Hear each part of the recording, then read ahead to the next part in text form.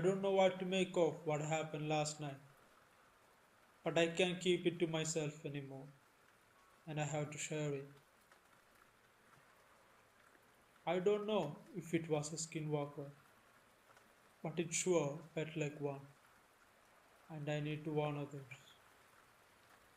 Whatever it was, it's still out there. I live in a small cabin way out in the woods. It's isolated, really isolated, and I have been there for almost a year now.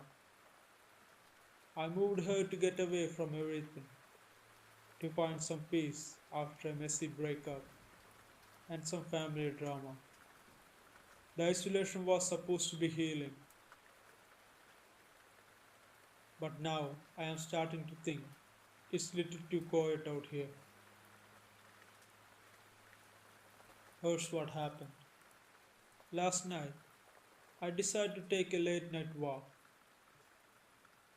I know it sounds stupid, but something about the stillness of the woods at night just pulled me in. It's always peaceful, like the world is holding its breath. So I grabbed my flashlight, put on my boots, and stepped out of the cabin. The path I usually take, and it have nothing special, just a little trail I have made over the months, winding through the trees, leading to a creek that I like to sit by. At first, everything was normal. The woods at night are different, more quieter, almost suffocating. But over the year, I am used to it now. I have never been scared, not really. The only thing I ever made me nervous is the sound of my own footsteps crunching in the underbrush. It felt like something always watching me. But that's the way the woods are, right? But last night, it was different. I hadn't gone far when I started hearing something. It was soft at first, like the sound of a twig snapping in the distance. So I paused and listened for a while, but there was nothing else, just me. No wind, no rustling of leaves, just silence. Then it happened again, a snap, followed by more silence. At first, I tried to shake it off, but it felt really odd. There was a tension in the air, like the whole forest was holding its breath for something to happen. My heart started to race, but I kept walking. The beam from my flashlight swept across the trees, and that's when I saw it. At first, I didn't register it. It was just a shape standing by the edge of the trees, but it was tall, way too tall. I thought it might be a bear or something, or maybe a person standing still. But the closer I got, the more I realized that was not possible. This thing didn't look right. Its legs were wrong, too long, and the knees, they were bent backwards, like some twisted animal. It wasn't walking normally. It was shuffling, dragging itself slowly across the floor, and the way it moved made my skin crawl. The figure was too thin, too gangly. I wanted to turn around, but I couldn't move at the time. My body was frozen. I felt like I was staring at something that shouldn't exist. The figure's head was what broke me out of my trance. It wasn't a head at all, not really. It was a deer skull, way too big for its body, the empty eyes, glowed at me, just faintly, like they were reflecting the light from my flashlight. I don't even know how long I stood there. It could have been minutes, it could have been hours. But finally, I snapped out of it and bolted towards my cabin. I didn't even think, I just ran as fast as I could, my flashlight bouncing wildly as I tore down the path. I didn't dare to look back. I could hear something following me through the underbrush, keeping the pace up with me, but I couldn't bring myself to a stop and look back. The sound of my feet hitting the dirt and the sound of my breath in my ears, those were the only things I could hear as I ran. The rest of the world just faded out. When I reached the cabin, I slammed the door shut and locked it behind me, and I triple checked the windows. I didn't even bother to turn off the light. I need to see everything outside. I sat in the dark for hours, trying to calm my racing heart. But I couldn't. I kept hearing the thing outside, scratching on the door, light tapping on the walls. It kept going for hours. And the most creepiest part was when I was sitting there looking out the window, I swear I heard something whispering my name, just barely audible, like it was calling me from the woods. It was so terrifying that I can't even write it down. That's how I felt.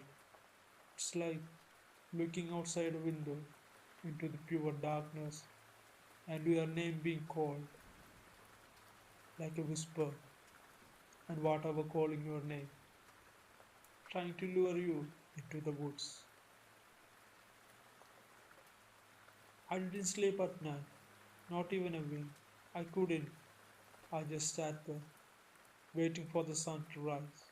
I kept the light on all night, and I kept my phone in my hand, even though it had no self service. It's been a full day now, and I haven't left the cabin. I have been peeking out through the windows just to make sure nothing's out there. I can shake the feeling that whatever I saw is still nearby, just watching for me to make a mistake again. I have done some reading about skinwalkers. I don't know what to believe, but after what I saw, I can ignore the facts. I didn't think they were real at first. I thought they were just folklore, something people been passing by for the generations. But everything I read about skinwalkers, it fits. The way it moved, the way it looked, and the feeling I had in my gut the moment I saw it. I keep hearing about how they mimicking voices. They can sound like people you know, even your loved ones, to draw you in. And I also hear my name being called at night. I don't know what to do. I'm terrified to go outside, but I feel like I am being watched. I don't know if I should leave the cabin or stay here. Every noise I hear now makes my heart skip. The thought of going out there again, of encountering that thing again, it's enough to make me sick. I keep hearing things in the woods around the cabin, scratching noises, whispering, and footsteps at night. I now know it's not just a wind, it's something else, and something is watching me. And I don't know if I can outrun, if am I about to encounter it again. I just want to get away from everything. I never thought something like this would happen to me, but now I have seen it. I have seen something that shouldn't exist, something that moved like no animal I know, something that looked like it could tear me apart if I'm not careful. I don't know how to explain it more. I know what I saw, and whatever it is, it's out there.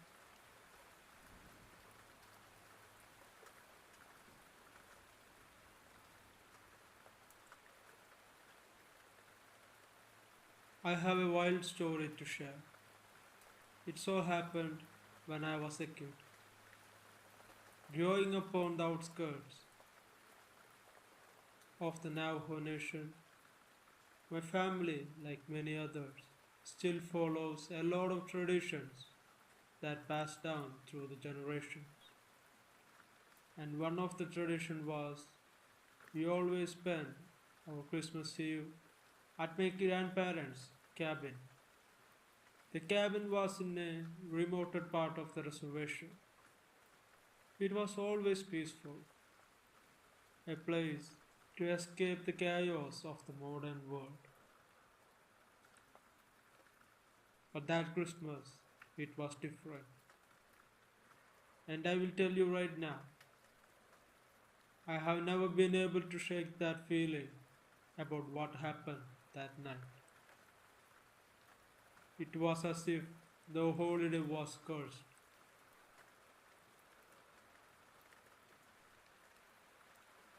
It all started peacefully enough.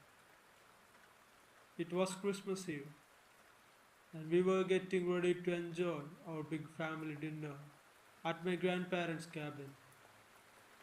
My uncles had killed a couple of deer early in the week, and my grandmother had spent the last 2 days making the traditional feast: roasted meat, fried bread, and of course, load of chili. As kids, we were more excited about the presents than the food. But my grandparents loved having all of them, so they made sure everything was in perfect shape.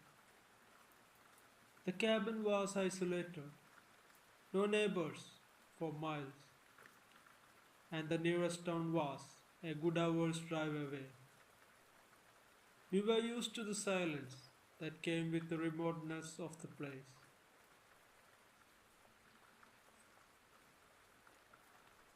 But it was a silence that felt heavy, almost suffocating, especially after the dark.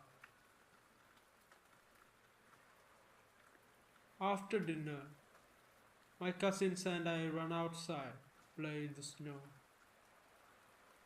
just like we always did. I was probably around 14 at the time, so I wasn't that the youngest among us. But I was still pretty eager to be outside, away from the adults.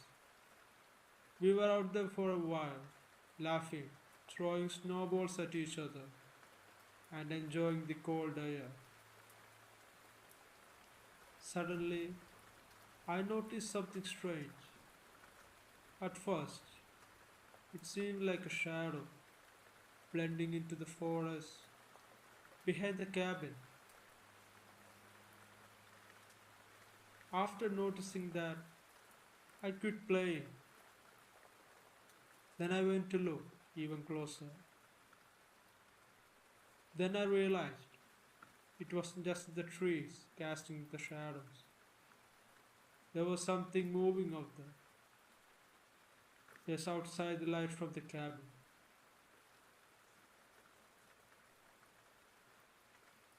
I didn't say anything right away. You know, how do you get the feeling that something off? But you can quite place your finger on it. Well, that was how I felt at the moment. I figured it was just a normal animal, maybe a coyote or something. But then it moved again, slowly, too slowly and precise for an animal I ever seen before. I didn't want to freak out my cousins, so I just quietly stepped closer to the house and glanced over my shoulder. The thing in the woods hadn't moved from its position, but it felt like it was watching us. I tried to shrug it off, thinking maybe it was just my mind playing trick on me. But I couldn't shake that unease of a feeling I felt that time. Then something bizarre happened. One of my younger cousins, a little girl named Emily, suddenly turned to look in the same direction and gasped. And she yelled, "There's a man in the trees." Everyone froze, and I swear I felt my heart drop into my stomach. I turned around, my breath coming faster, and there, standing between two pine trees at the edge of the woods, was a figure. A man? Or at least it looked like a man. Its outline was almost too perfect, like something straight out of a nightmare. But that wasn't the worst part. His face. His face was wrong.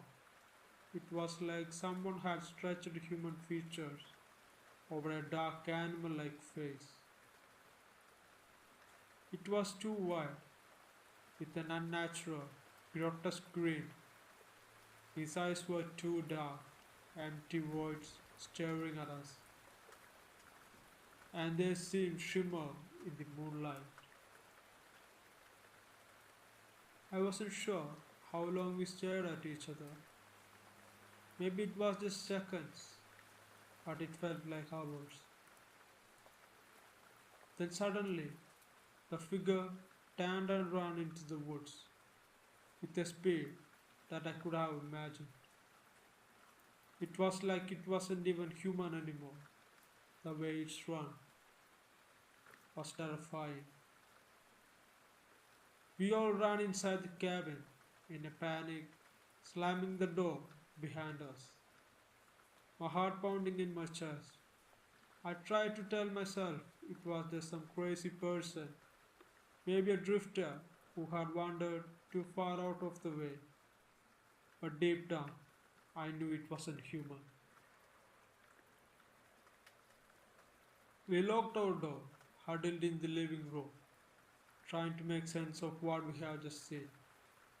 My uncle, who was a Navajo elder, didn't say much, but I saw the look in his eyes. He knew something wasn't right. He motioned us for stay quiet and keep calm, but the terror in his voice was unmistakable. Skinwalker, he muttered under his breath. The word hit like a slap in the face. Skinwalker. In my community, we were always told about them, tales passed down through generations. But I never thought I will encounter one, especially not on a Christmas Eve. A skinwalker, for those who doesn't know, is a shape-shifting witch from Navajo folklore. Someone who can take the form of any animal, even a person. But it's not just the ability to shift that makes them terrifying. It's their evil intent. They're said to practice dark magic and are capable of possessing and controlling others. My uncle didn't explain much further, but it was clear whatever we had seen out there wasn't human. That night, we didn't sleep. My uncle kept watching from the window, but nothing happened. It was dead quiet out there. After what felt like an eternity, we finally decided to leave the cabin early in the morning. Looking back, I'm still haunted by that night. The way the figure looked at me, like it knew something I didn't, like it was waiting for something. Every year, when Christmas Eve roll around, I get that cold feeling again, and I can help but wonder if the skinwalker is still out there, waiting. So yeah, that's my story, and it's one I will never forget.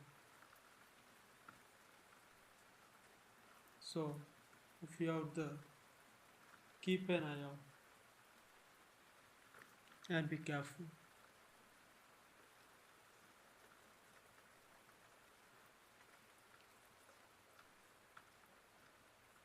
This story happened around 10 years ago, and it still gives me chills whenever my aunt tells me about it. It all started when she and her husband decided to spend the holidays at the remote desert cabin. My aunt and her husband Mike bought a small cabin in the Arizona desert 10 years ago. It was a fixer-up, but they loved the isolation it provided. They thought it would be perfect place for a quiet Christmas, away from the hustle and bustle of city life. Everything was fine that first night, until they stepped outside after dinner to look at the stars. It was a typical desert evening, cold with a crisp, clear sky, and the stars seemed to go on forever. They walked out into the yard to get a better view when they noticed something strange in the distance. There were lights flickering, almost like Christmas lights off in the distance. But the thing was, there was nothing out there, no houses, no nearby towns, just miles of desert. The lights were coming from a direction where they shouldn't have any. At first, they thought it was someone's vehicle passing by, but the light didn't move. They stayed fixed in one place, blinking on and off like a strange, rhythmic pattern.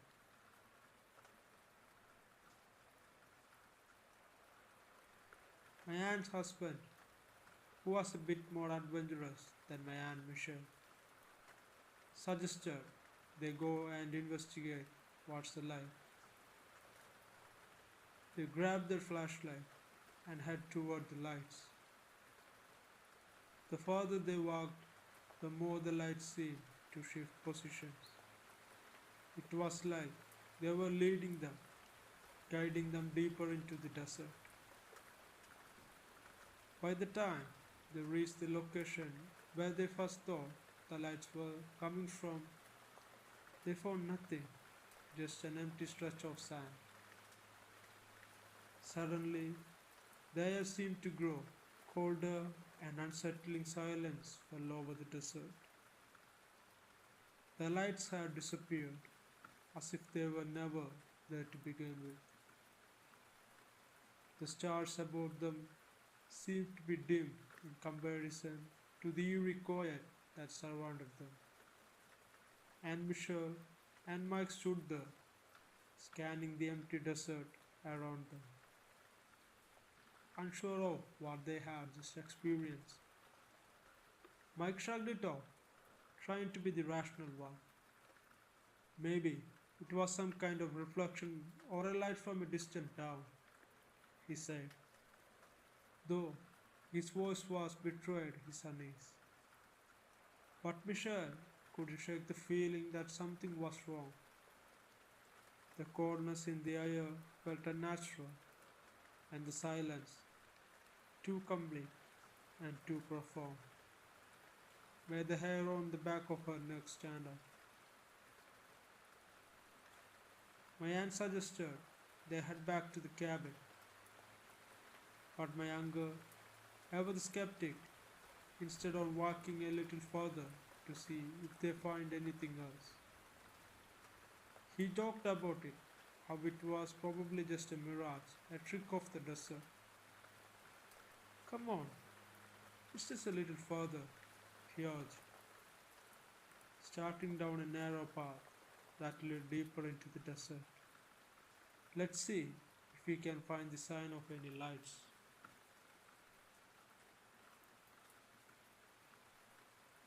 At last, my aunt decided to follow him, but with each steps, she grew more and more uneasy.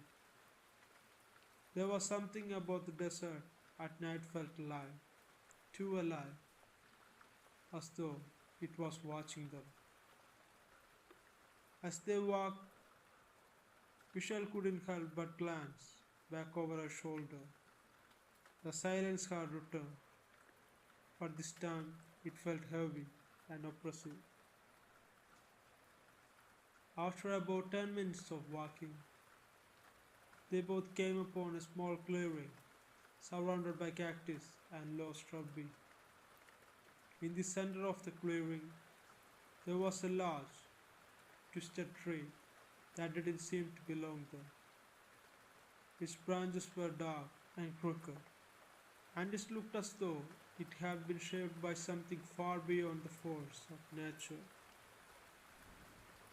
But it was the figure standing behind the tree made my aunt's blood run cold. At first, it looked like a person, someone standing in the shadows, just barely visible in the dim light. But my aunt adjusted her eyes. She realized something was horribly wrong. The figure was tall, impossibly tall, with long and thin limbs that seemed to stretch unnaturally as they moved. The figure's face, what she could make out of it, was grotesque, with hollow eyes that shimmered in the faint starlight. The skin was stretched tight across its skull, almost like it was too small for its face. And there, right in the middle of its forehead, was a jagged scar, a dark line that seemed to pulse with an ominous energy. The figure tilted its head and looked towards them, and that's when my aunt saw it. The skin of the skin of its face began to shift, as though it were melting or stretching into something else. It was a face that shifted from one form to another. One minute human, the next minute something far more monstrous, like an animal or something entirely alien. The creature's mouth twisted into an awful grin-like smile, revealing rows of sharp teeth. Mike, my aunt whispered, her voice barely audible. We need to leave now. Mike, however, seemed to transfixed by the figure. He took a hesitant step forward, squinting his eyes, trying to make sense of what he was seeing. It's just someone playing a prank, he muttered, though there was a nervous tremor in his voice now. The figure suddenly let out a low growl, a sound that didn't belong to any animal Michelle had ever heard. It was guttural, like a mixture of human and animal noises, twisted into something unnatural. The growl echoed in the desert, bouncing off the wall of the canyon in the distance. Then, as though it had been waiting for the right moment, the creature began to move. The figure started to run towards with an unnatural speed, faster than any human could move. Its long arms hung low, almost clapping the ground, and it come toward them with a jerky, unnerving gait. Its shape shifting as it moved, sometimes a man, sometimes an animal, sometimes a horrifying combination of both. My aunt grabbed my uncle's arm and yanked him back, fear taking over her body as adrenaline surged. Run! She screamed, but Mike was frozen, his feet rooted to the spot in sheer terror. Finally, something inside him snapped, and he broke free from his trance, stumbling backward, the path that led to the cabin. Michelle was right behind him, her heart pounding in her chest, and they didn't stop running until they reached the safety of the cabin. Once inside, they bolted the door, barricaded themselves in, their breaths coming in ragged gasps. The air inside the cabin felt suffocating, but it was better than being out there, in the open, with that thing roaming outside. For the next few hours, they sat in silence, listening for any sound outside. They didn't hear the creature approach, but every now and then, Michelle would catch a glimpse of something moving just beyond the windows in a far distance. It wasn't until the first light of dawn crept through the windows they felt safe enough to venture outside. The lights, the creature, and the twisted figure, everything was gone. They never spoke much about what happened that night. It was as if they were both too terrified to acknowledge it fully. In the days that followed, they tried to go on there with their holiday, but neither of them could shake the feeling that they were not alone. And Michelle, especially, became a shell of the person she had been before. She had always been tough, pragmatic, but after that night, she couldn't shake the feeling that something dark and evil had followed them back to the cabin. It wasn't until years later she opened up to me about this encounter that I understood just how deeply it had affected her. I could hear the fear in her voice, even now, years after the event, and after hearing her story, I couldn't deny it. What they saw that night in the desert wasn't a trick of her mind or a hallucination. It was something real, something far older and far darker than any of us would understand. It was something real, something far older and far darker than any of us would understand.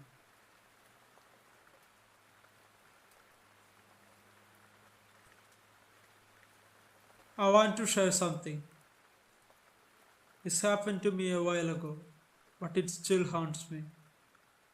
Growing up in a small town in the southwest, tales of supernatural were as common as the desert sun. Stories of skinwalkers, witches who could transform into animals, were whispered among friends and shared around the campfires. I always took these stories with a grain of salt, attributing them to overactive imagination fueled by fear and folklore. But everything changed one summer night during a camp trip in the woods. It was just few of us, me and my best friend Aaron and two others, Lisa and Mike. We decided to head to an area known as Red Rock Canyon, a place popular for its scenic trails and solitude. We packed our gear, excited for a weekend of hiking, stargazing, and telling ghost stories around the campfire. As we drew deeper into the woods, the landscape shifted from scrubby desert to dense pines. The air became cooler, the sound of the city fading behind us. We set up camp in a clearing, the sunlight filtering through the trees, casting long shadows on the ground. The atmosphere was serene, and as evening approached, we lit a small campfire and settled around it. That night, after dinner and a few rounds of s'mores, the conversation turned to local legends. Mike, ever the skeptic, laughed off the idea of skinwalkers. It's just a myth, he said, tossing a twig into the fire. People love to scare each other with ghost stories and things like that. Aaron chimed in. But what if they're real? My uncle swore he saw one. He leaned close to the fire, his voice dropping to a whisper. He said it looked like a coyote, but it walked on its two legs. The mood shifted, tension creeping in as we began to share our own stories. Lisa recounted her grandma's tales, warning about staying away from the woods at night. I found myself growing uneasy, glancing into the trees surrounding us for a quick peek. That first night, I slept fitfully, the sounds of the forest amplified in the stillness. The crackling of the fire was soon replaced by the rustling of leaves and distant animal calls. At one point, I woke to the sound of something heavy moving around the underbrush. But when I glanced outside my tent, there was nothing there to be found. The following morning, I brushed off my unease. We hiked during the day, exploring trails and laughing and sharing good memories. But I couldn't shake the feeling that something was off. It was like the woods were watching us. As the night fell again, the forest transformed, shadows stretching unnaturally, and the wind flew like whispers. That evening, we gathered around the fire once more, our laughter mingling with the crackling flames. But the stories had shifted. They felt more urgent and more real. Aaron mentioned something that sent a chill through me. What if it can smell fear? He joked and laughed. But there was a nervous edge in his voice. What if it was real? Just then, a sudden rustle broke through the night. We all froze, eyes widened, scanning the dark and the tree line. Probably just a deer, Mike said, but I could hear the uncertainty in his tone. The second night was everything changed. After another day of hiking, we returned to our camp, tired and ready for a fire and dinner. As the sun dipped below the horizon, an eerie silence enveloped us. Even the crickets seemed to have stopped chirping. As we sat around the fire, the air grew thick with tension. I suggested we tell light stories, but Mike insisted on pushing the boundaries. Let's hear more about skinwalkers, he said with a smirk on his face. That's when Aaron spoke up. You know, the legends say they can take on the form of any animal. They can mimic voices, even the voices of people you know. His eyes darted to the shadows. If you hear someone calling your name in the woods, please don't try to answer.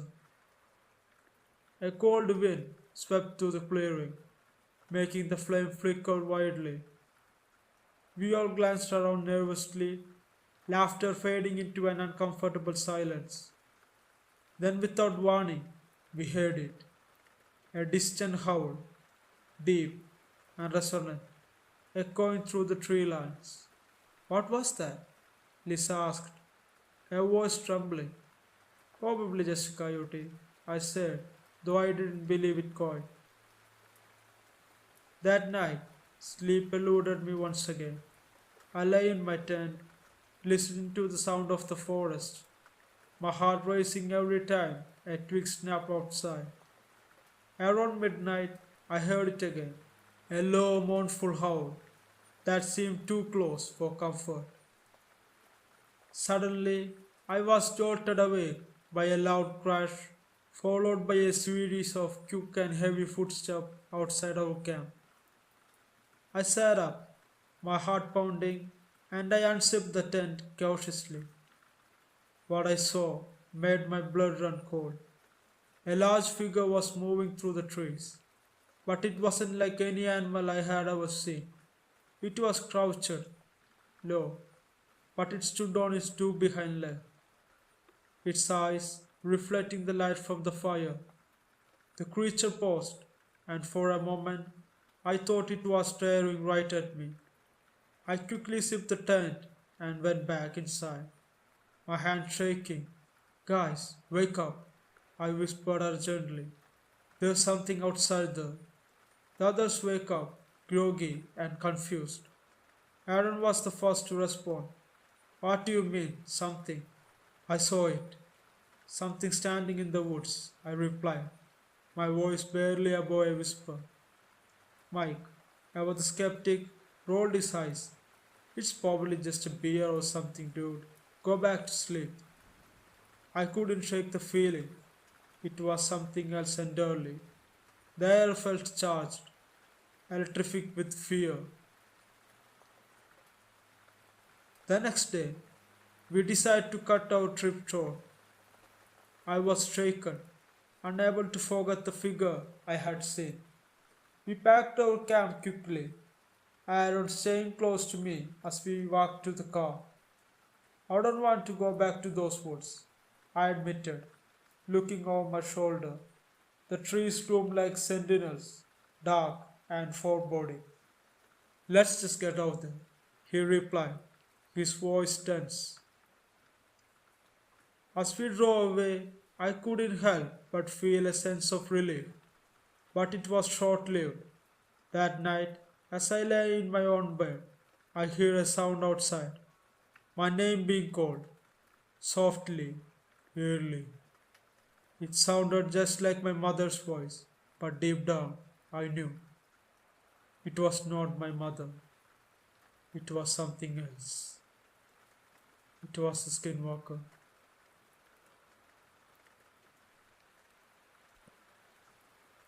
I'm sharing this because I need to get it off my chest. Even though it's hard to talk about, I am not the best writer.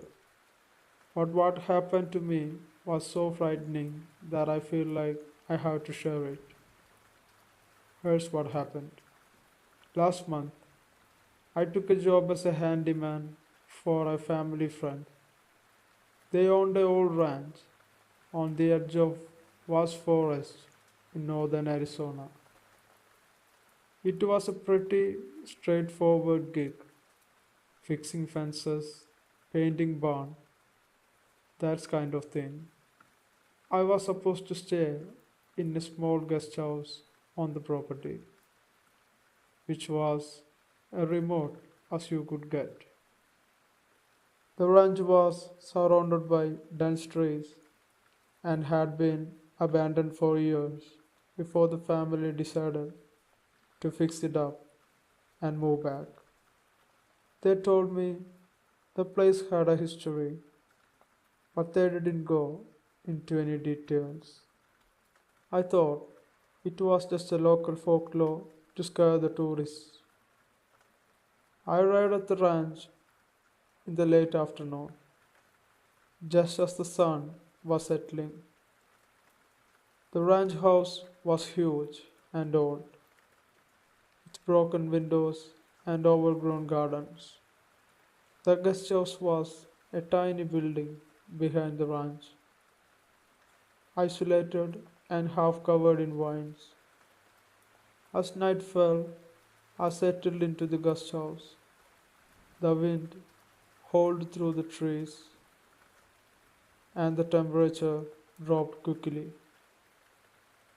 I tried to ignore the eerie cracks of the old house and focused on my work for the next day. Around midnight, I was lying in my bed, trying to sleep, when I heard something strange outside. It started as a faint scratching sound, like someone dragging their nails across the wood of the main house. I tried to convince myself it was just the wind, but the sound grew louder and more persistent. I got up and looked out the window, but all I saw was the darkness of the forest and the faint glow of the moon through the trees. The scratching stopped. Suddenly, I was left with the uncomfortable silence of the night. I tried to go back to sleep, but the sounds outside kept me awake. I began to hear something else, an eerie, rhythmic tapping against the side of the guest house. It was too regular to be random, and it felt almost like a heartbeat. Then I heard it, a voice calling from the darkness. It was faint at first, but then it grew louder. The voice was low and raspy, almost like it was whispering through the wind. It sounded like someone saying, "Help me," over and over again. I opened the door a little crack, peering into the darkness, but I saw nothing. I grabbed a flashlight and went outside, walking towards the source of the sound. The tapping grew louder, and I felt a chill crawling up my spine. I shined the flashlight around, and that's when I saw it. There, standing at the edge of the forest, was a figure. It was tall and thin, almost skeletal, with long limbs and a face that seemed to shift and distort in the shadows. Its eyes were dark voids that seemed to stare right through me. I froze, my heart racing as I tried to make sense of what I was seeing. The figure moved unnaturally, its limbs stretching and bending in a way that defined nature. It was like nothing I had ever seen before. The voice was still out there, now coming from different directions, as if the figure was trying to draw me in the deceitful sounds. It mimicked the voice of a child crying for help, but the tone was twisted and wrong and unhuman. I backed away, stumbling back to the guest house.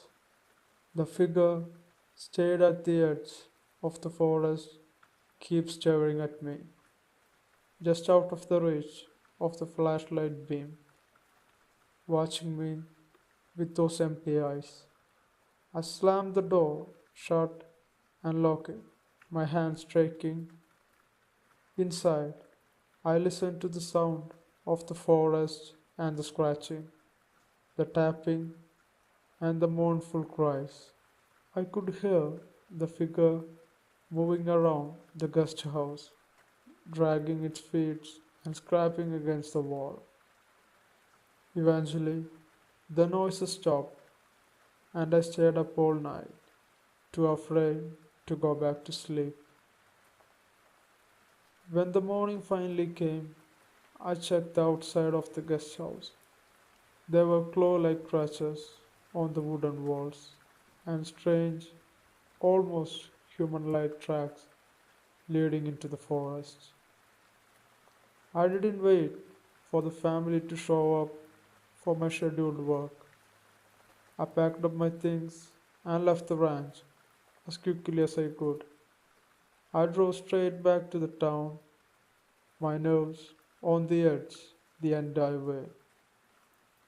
When I got home, I did some researches and learned about skinwalkers, the legend from the Navajo culture.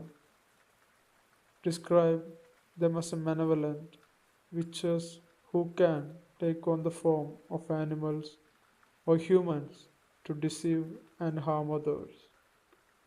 The story matches what I had seen, the unnatural movements, the mimicking voices, the deep sense of dread. I haven't been back to the ranch ever since, and I'm not sure if I ever will. The memory of that night still haunts me, and I often wonder what would have happened if I had stayed out there any longer. So, if you are in the middle of the forest, be aware of your surroundings. Maybe you are not alone.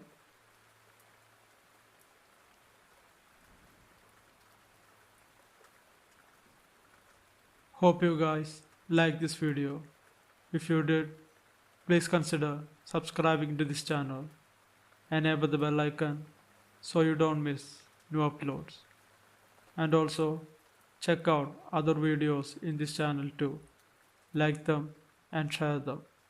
And if you have any suggestions or any improvements I need to make in this channel, please post them in the comment section. Till next time, this is Malayali Wendigo. Bye.